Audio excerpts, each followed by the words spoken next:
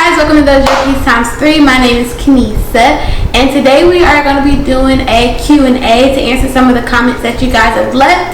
So I am going to be putting the comments on the screen as I read them. Shout out to everybody who left questions that we are able to answer. Before we get into the video, I did just want to say I know that we are going through some crazy times right now, dealing with a lot of social injustice and racism, and I do just want to say that Black Lives Matter, my life matters. So, you know, let's just keep that in mind. Let's just be kind to one another. Let's help one another. Let's not prejudge people just based upon the color of their skin, because if people just judge me upon the color of my skin, I probably wouldn't have a YouTube channel. So let's just always keep that in mind. Black lives do matter. Let's support the movement, and let's support the stop of racial and social injustice.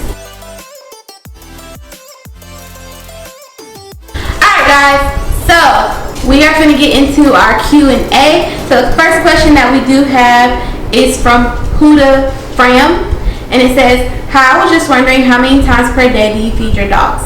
We feed the dogs twice a day. Once at 7:30 a.m. and then again at 7:30 p.m. Always 12 hours in between, and of course we give them snacks and treats in between, but that's their feeding times. And funny enough, the dogs know when it's time for them to eat. Like if it's like 7:20, they'll start looking at you like, okay, go ahead and make my food now. It's time for me to eat. You know, it's dinner time. So yeah, they learn when it's time for them to eat. And I know that some people free feed their Yorkies, or they leave food out all day, or some people feed their Yorkies 3 times a day. Twice a day just happens to work for me because, you know, I'm working from home now due to COVID-19, but typically I'm in the office from 8 to about 6. So it works out that I feed them at 7:30 and I just feed them right when I get home. Alright, so the next question that we do have, it needs a little context, but it says, "But what if you have to go to school because we are at school for 8 hours?" This was asked by Jada May, and she left this comment on the 5 tips on leaving your dogs alone. And what I would say to that is you have to build your dogs up to it. You don't want to be home with your dogs all the time and then all of a sudden you leave them alone for 8 hours. In that video, you want to leave them alone for short times and then build up to it. So if you're going to get a new dog, maybe get him in a time where you have a school break, where you're not in school, so you can have time to get your dog used to being alone so they don't have any separation anxiety. So that's just a quick little tip on what you could do. And it also helps, before we move on, it also helps too when you leave your dogs alone to have a radio playing, have background noise playing, leave them toys, leave them a toy that is like a treat, leave them a toy that makes them think, and you can leave them a comfort toy. So, you know, they'll have different things that'll comfort them, leave them in a nice comfy bed, have them in a nice area, and have music playing, and it'll help with their anxiety as well. You can also try some CBD oil if your dog is super anxious, and give them that before you leave to help mellow them out and calm them out a little bit. So, next question.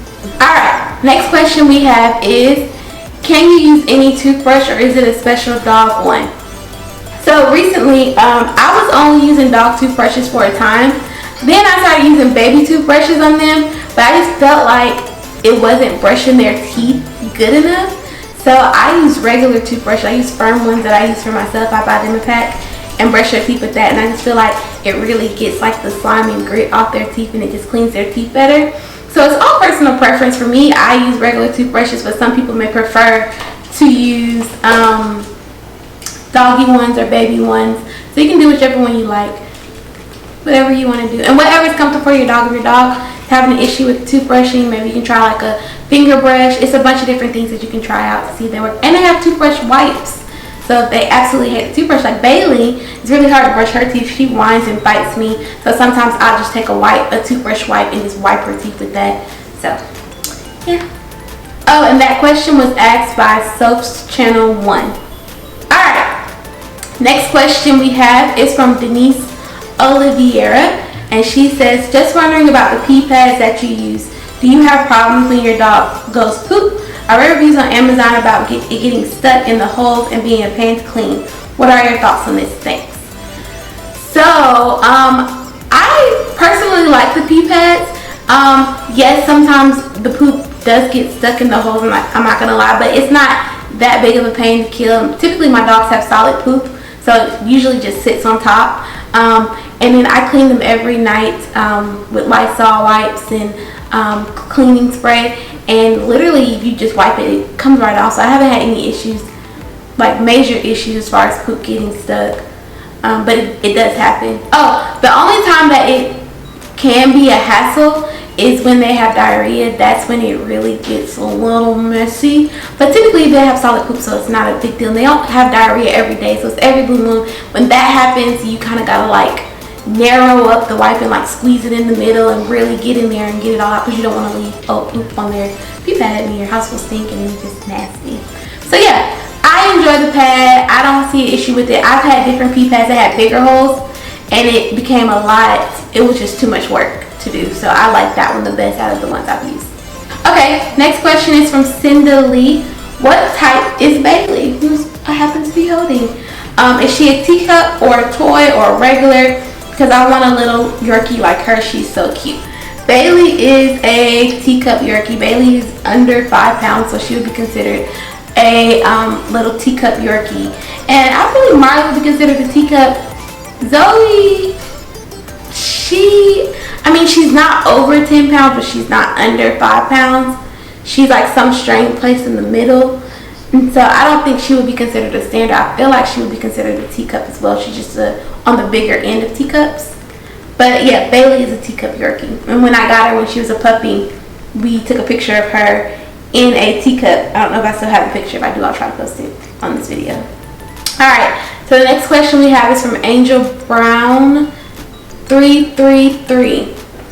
And it says, hello, I'm new to your channel. I noticed that you have 2 videos on bark collars. The first bark collar review is a combination collar you demonstrated on Zoe. That collar has a vibration and shocker with the charger. You gave it a thumbs up. Your second video is demonstrated on Zoe and your boy dog, which is Marley.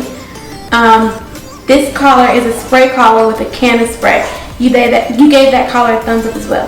Now that you have tried a few different bark collars on your dogs, which collar have you had the longest success with? Thank you for all your help and your reviews. They are extremely helpful.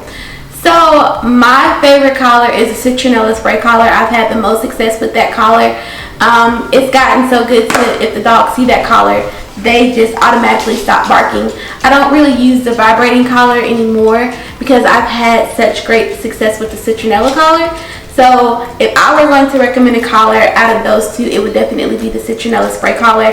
That smell really, as soon as it hits them, they just stop. And when they see it, they stop. If they're about to bark and they see that collar, they're like, I don't want that in my face. So great success with that. 10 out of 10 would recommend you get from PetSmart or Petco.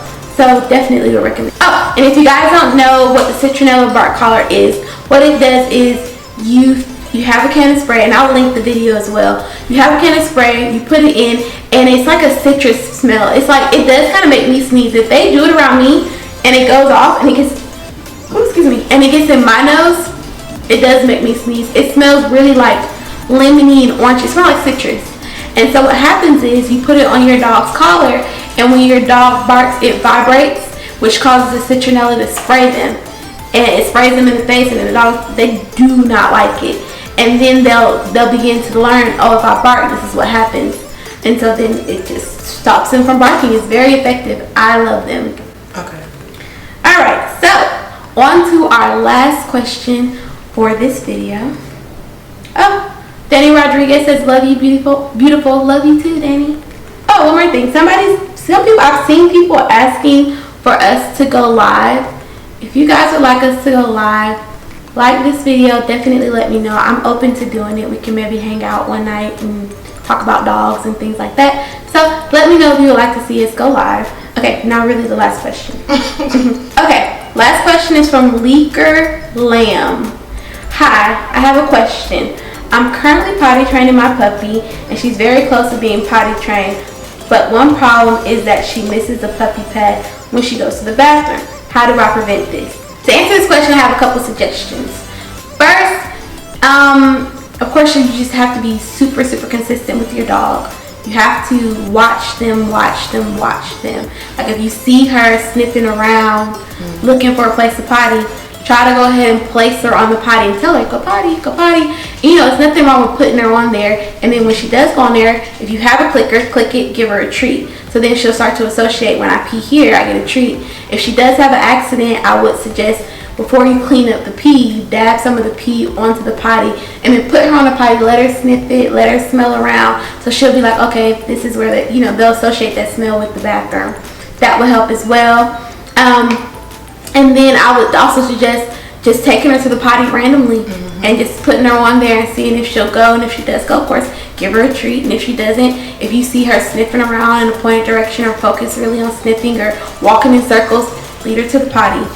So basically it's kind of just watch her really closely and try to catch her. If you see her, even if you see her mid-pee, lift her up and put her on the potty while she's peeing and let her finish there, just to give her, associate that. And it's really important to reward her and get really excited when she does go on the potty, so she knows this makes mom happy, this makes dad happy, I'm gonna try to go here. And of course, on top of that, I get a tasty treat. I recommend Cheerios because they're just small and easy, but whatever treat you want to use.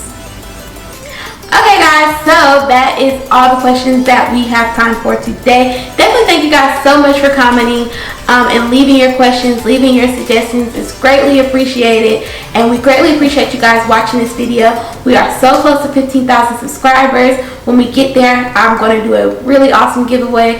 I don't want to say what it is yet because I'm still thinking it up, but it's going to be great. So definitely like, comment, share, and subscribe. And if you have friends who have dogs, let them know about our channel, get them to subscribe. Let's get to 15,000. It'd be so awesome if we did. Anyways, that's all I have for you guys today. Thanks for watching another Jerky Times 3. Bye guys.